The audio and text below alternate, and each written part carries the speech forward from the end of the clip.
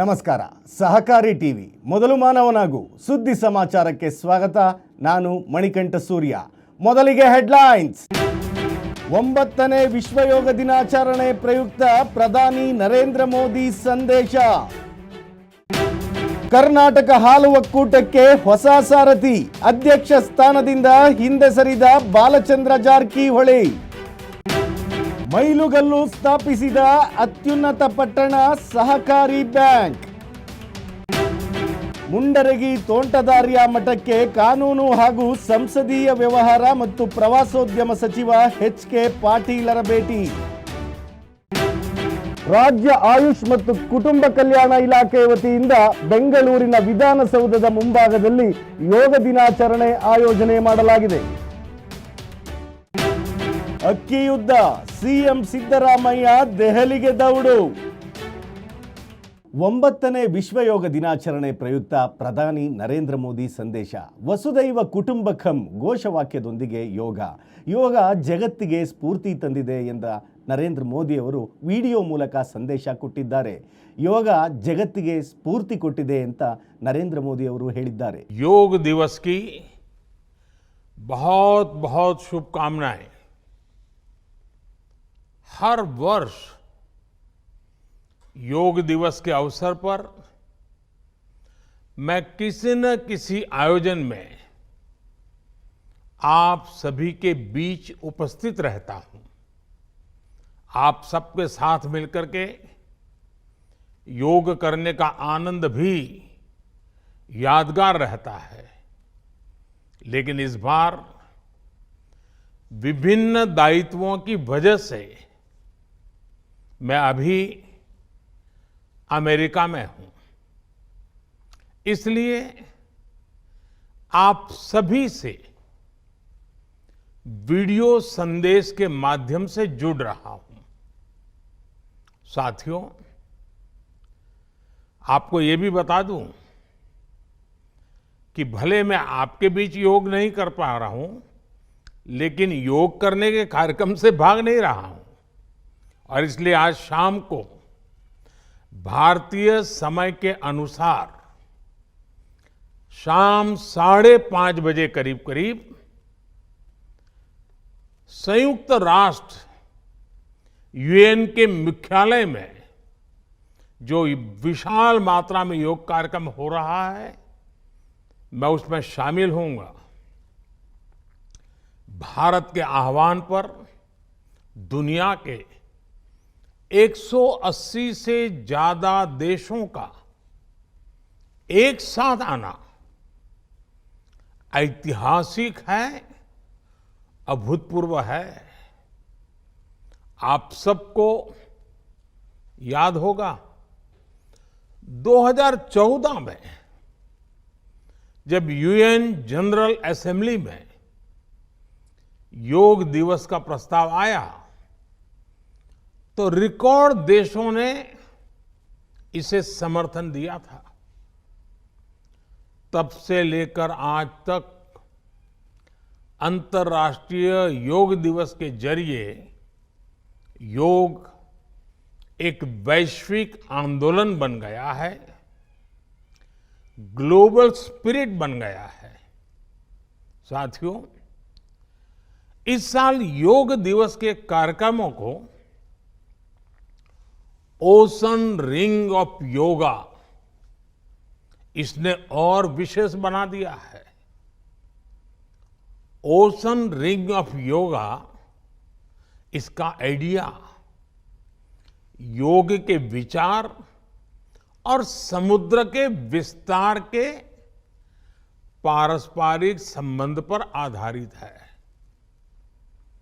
सेना के जवानों ने भी हमारे जल स्रोतों के साथ एक योग भारतमाला और योग सागरमाला बनाई है.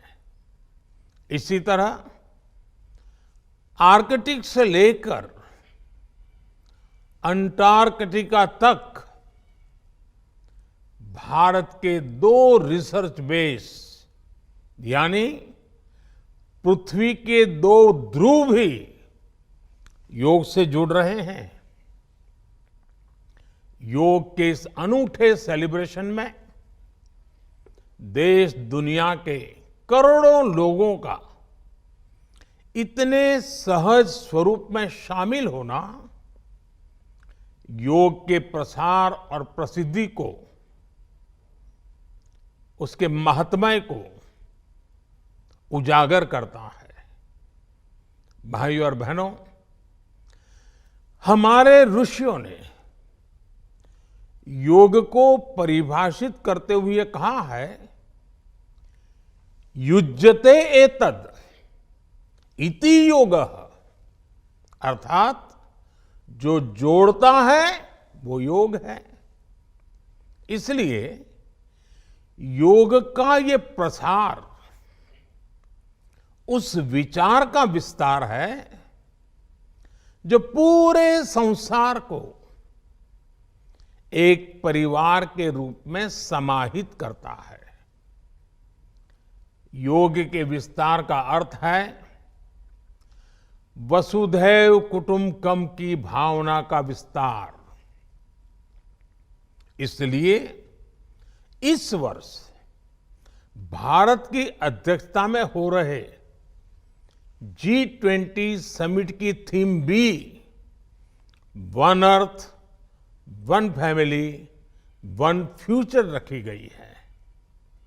और आज पूरी दुनिया में करोड़ों लोग योगा फॉर वसुधैव कुटुंबकम की थीम पर एक साथ योग कर रहे हैं। ರಾಜ್ಯ ಆಯುಷ್ ಮತ್ತು ಕುಟುಂಬ ಕಲ್ಯಾಣ ಇಲಾಖೆ ವತಿಯಿಂದ ಬೆಂಗಳೂರು ವಿಧಾನಸೌಧದ ಮುಂಭಾಗದಲ್ಲಿ ಯೋಗ ದಿನಾಚರಣೆ ಆಯೋಜನೆ ಮಾಡಲಾಗಿದೆ. ಕಾರ್ಯಕ್ರಮವನ್ನು ಸಿಎಂ ಸಿದ್ದರಾಮಯ್ಯ ಉದ್ಘಾಟಿಸಲಿದ್ದಾರೆ. ಶಿವಾಜಿನಗರದ ಶಾಸಕ ರಿಜ್ವಾನ್ ಹರ್ಷದ್ ಅಧ್ಯಕ್ಷತೆ ವಹಿಸಲಿದ್ದಾರೆ. ರಾಜ್ಯಪಾಲರು, ಡಿಸಿಎಂ ಸೇರಿದಂತೆ ಸಚಿವರುಗಳು ಭಾಗಿಯಾಗಲಿದ್ದಾರೆ. ಯೋಗ ದಿನಾಚರಣೆಯ ಮುಖ್ಯ ಅತಿಥಿಯಾಗಿ ಕೇಂದ್ರ ಹಣಕಾಸು ಸಚಿವೆ ನಿರ್ಮಲಾ ಸೀತಾರಾಮನ್ ಅವರನ್ನು ಆಹ್ವಾನಿಸಲಾಗಿದೆ. ಕಾರ್ಯಕ್ರಮದಲ್ಲಿ ನೂರಾರು ಯೋಗಾಪಟುಗಳು, ಚಿತ್ರ ನಟ ನಟಿಯರು, ಕ್ರೀಡಾಪಟುಗಳು ಭಾಗವಹಿಸಲಿದ್ದಾರೆ.